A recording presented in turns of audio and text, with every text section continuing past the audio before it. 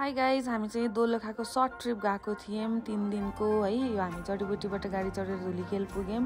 त्यसपछि चाहिँ हामी ब्युटिफुल सुकुटेमा रोक्यौँ। ब्युटिफुल भ्यू हेर्दै मिठो खाजा सेट खायौँ। त्यसपछि हामी बाटोमा 1 घन्टा जाममा पर्यौँ, किनभनेपछि त्यहाँ 2टा गाडी ठोकेको थियो र एउटा मान्छे छिर्ने पनि बाटो थिएन है।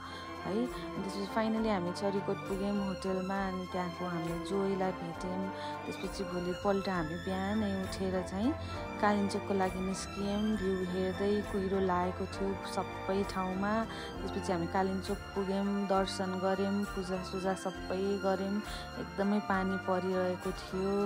एकछिन बडीलाई हिटअप गर्न हामीले आगो ताप्यौँ त्यहीँ बसेर। त्यसपछि रमाइलो गर्दै जति पानी परे पनि टिकटक बनाउन छोडिएन। त्यसपछि हामी चाहिँ एकदमै भोक लाग्यो, खाली पेट गएको थियौँ दर्शन गर्न। त्यही भएर कुरी भिलेजमा रोक्यौँ, खाजा खायौँ, मिठो थियो थुक्पा। त्यसपछि चाहिँ हामी फाइनली जिरी भिलेजको लागि निस्क्यौँ। जिरी पुग्यौँ हामी त्यहाँ चरीकोटबाट 2-2.5 घन्टामा।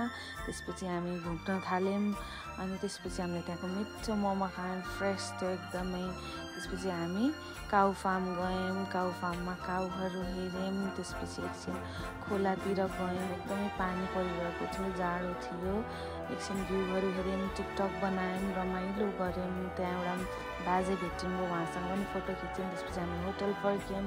त्यसपछि हामीले रमाइलो गरे। भोलि बिहानै हामी निस्के काठमाडौँको लागि जिरीबाट। बाई बाई जिरी गरेर त्यसपछि हामी भ्यू हेर्दै, खोला हेर्दै, डाँडाकाँडा हेर्दै फर्क्यौँ। त्यसपछि चरीकोटमा एकछिन कफी खानको लागि हामीलाई रोकाउनु भयो। अनि सुकुटेमा त्यही ठाउँमा खाजा खाएर काठमाडौँ फर्क्यौँ।